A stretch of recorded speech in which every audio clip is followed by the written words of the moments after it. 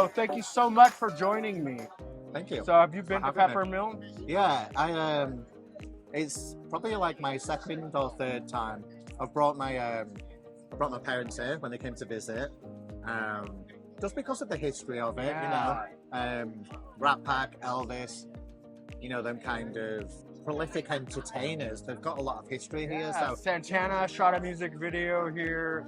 There's it's all over the internet. I was looking up doing some research, and there's like tons of music videos. And as you see, you walk around the place, and it's just like so cool. Yeah, with, like the neons. It's like a time capsule. I doubt that it's been changed much since it was first opened, which is it adds appeal for sure. Yeah, makes it chic. It does give it that little jolt of chicness. Yeah, look, we have blossom above our heads. We do.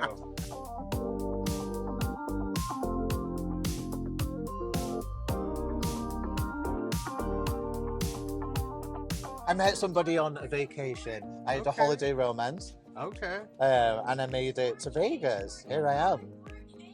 I've been here 5 years now. And where do you live here in Vegas? I will live in Summerlin West, so just before like the Red Rock Canyon, that kind of area. Yeah, that's been a popular spot on the spot.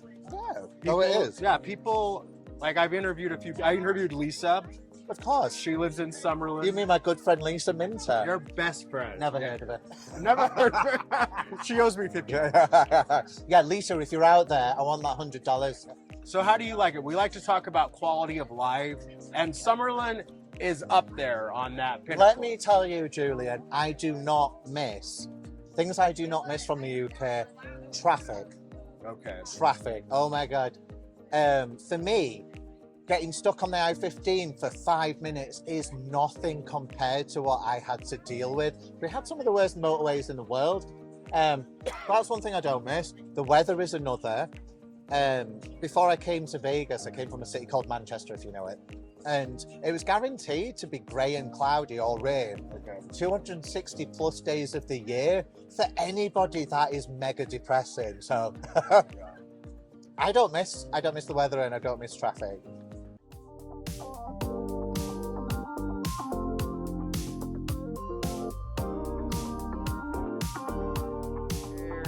And saying, okay, we're going to ABC, we need to, hire a credit repair person.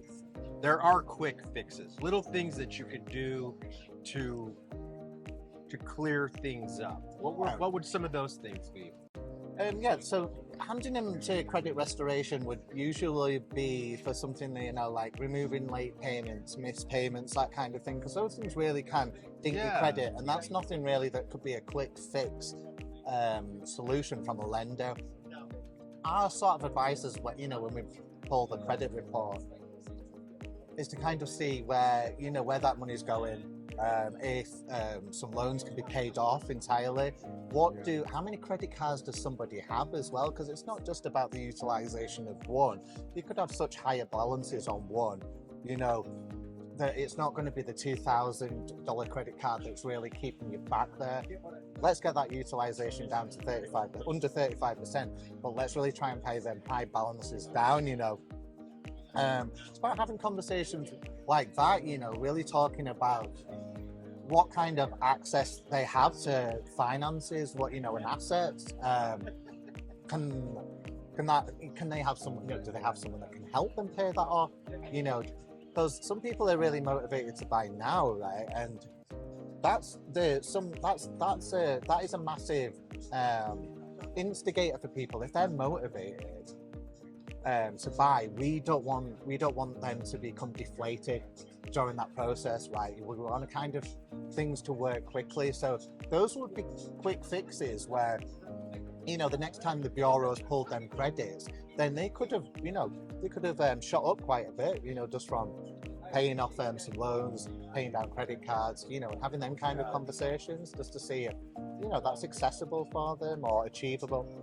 Yeah, so buying a home could be in your future, and this man has all the tips and tricks to get it done. I feel like at the bottom of the street. Yeah. Call me. Call me down. American Playboy. If you call in the next 5 minutes, you will get Noel Gardner knocking at your door. Not really. Ta-da!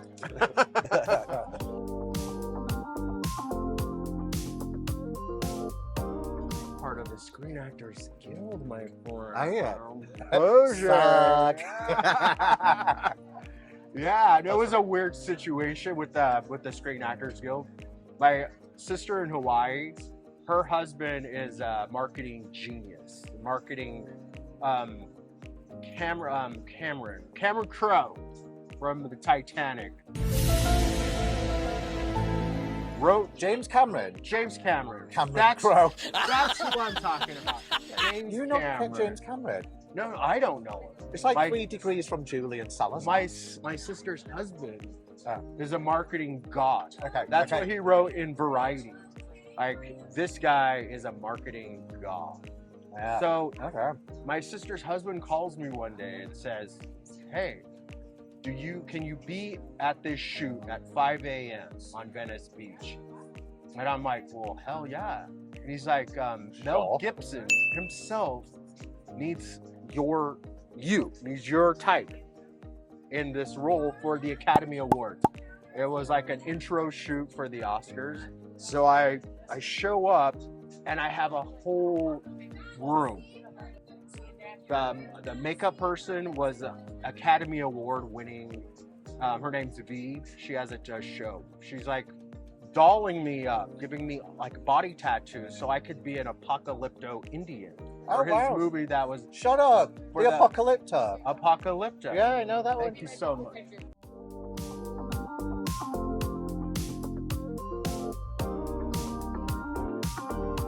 I think it's got really, really good drag talent as Vegas. I agree I with you. I really do support. I support it because it's part of the community. And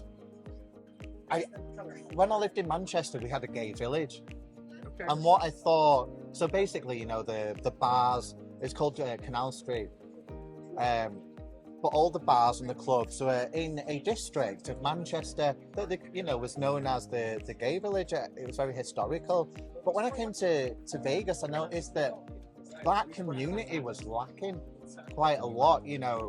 All of our bars and clubs are kind of spread around everywhere. However, what brings the community together, I feel, are these shows in town. We've got some great talent.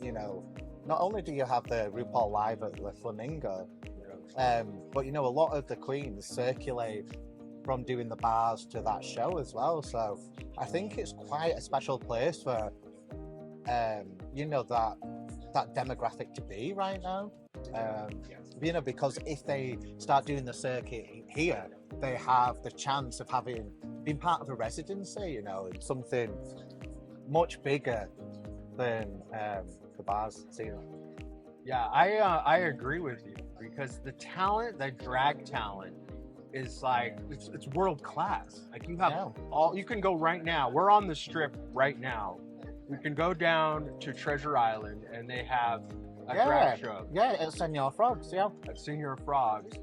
And they're all RuPaul's Drag Race. They've Yeah. all been on RuPaul's Well, Hot Drag Chocolate's Race. in that one, right? And she's from Miss Congeniality too.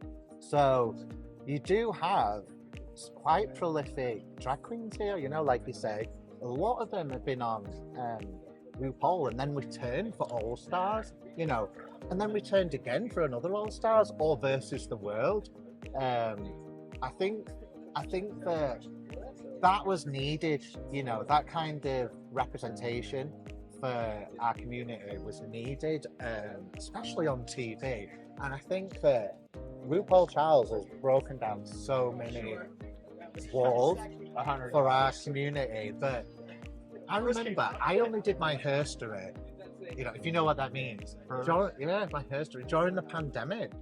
That's when I started watching it. And now I watch it on repeat because the show makes me happy. Like, it makes me smile, it puts me in a good mood. Yeah. And that's the America I want to live in. You know what I mean? It's kind of the America I want to be in. Too. Where, it is freedom for all. all means all, and it must be so liberating for these performers. So what was it like growing up as a gay man in England, and you also have a twin brother who's also gay? Yeah. What was that like? Well, I feel like for us two, it was an unspoken thing at first. It was kind of a relief to know that we were both going to be going through it together. He told me he was dating this guy, this Scottish guy, and he said that he was going to tell Mom, he was going to come out. And yeah, I was thinking, no, you can't do that because I want to be the first. I want to get it out of the way. Okay. Yeah, so that's like, means everything. I need to be first. You are first being born. You have to be the first to come out. Yeah, exactly. Yeah, because I was the first to come out. Technically. Yeah. So do you drink coffee in the No, States? I've never drank coffee. I can't. It's like someone that doesn't like wine or doesn't know how to appreciate wine. Really? That's what I'm like with coffee, yeah. It's like mud water to me, and I'm going to offend a lot of people by saying that, but I don't like it. I don't even, and people go, well, you don't like the smell, and I'm like, no, even worse. There's something that's called mud water. Oh yeah, well, is it a coffee? It's mushrooms.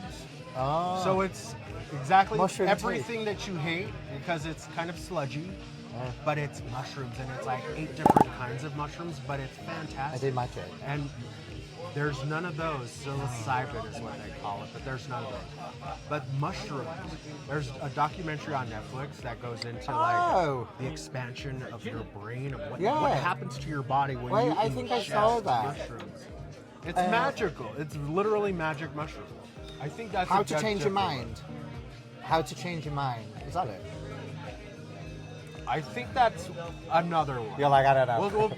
We'll discuss that on another show. Yeah, we should. Psychedelics. On the spot with psychedelics. That's on there. It's nighttime version, after hours. Okay, so let's do a little, we're going to do a little test.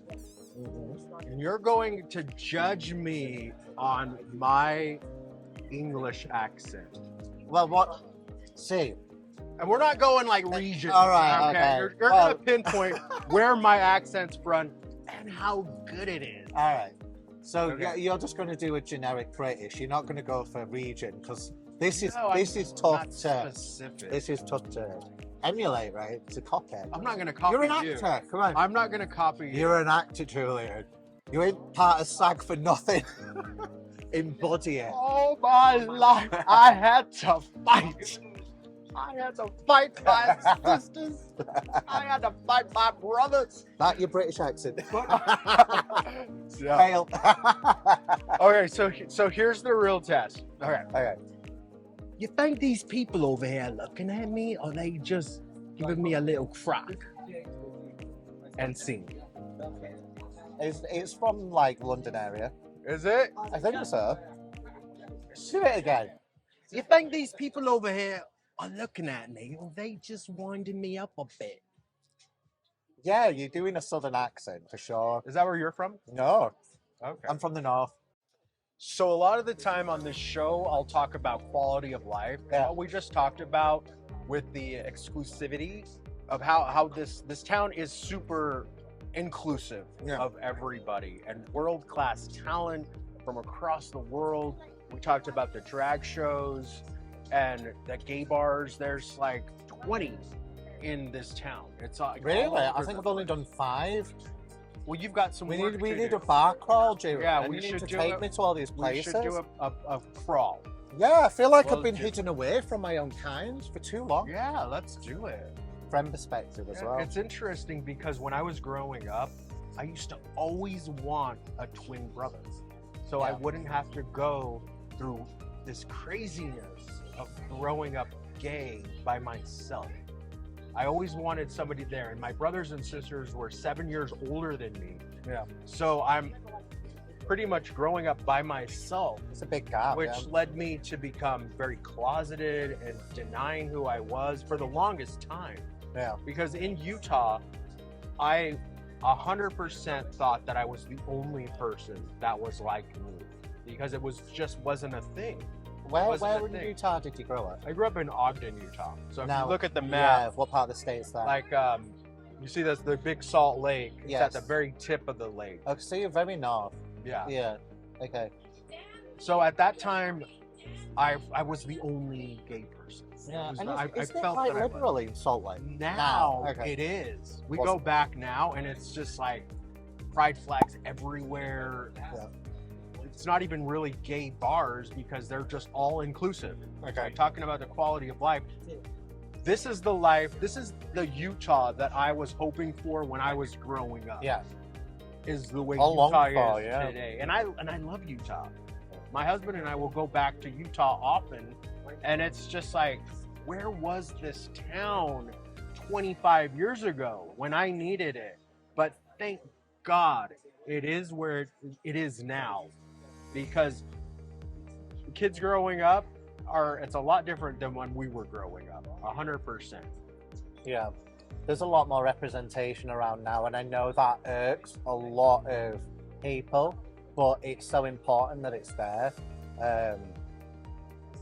You know, you see representation now in Disney films.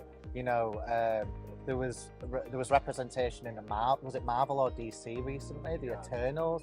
I mean, it's out there, and it should be out there because children can't grow up naive to it. I don't think it's whether you're trying to, as a parent, protect them from it because you know it's either religious beliefs or personal. You think it's perverse, but whatever. You know, your child or your gay child still needs that representation because what they don't realize is these people is they are the child's first bully. You know, by trying to protect them so much or not let them experiment as a child, because that's all that being a child is about, right? Experimenting all the time. It's just playtime. And you know, if dressing up in your mum's high heel is playtime, you know, you don't want to go outside and play football. You don't feel that inside, you know. It's not that I ever did play around in my mum's high heels. I was just trying to make a connection there. It's so important that representation is out there now. So I'm glad to hear that that's what it was like. That's what it's like now. But like you're saying, it weren't like that for you. So It wasn't.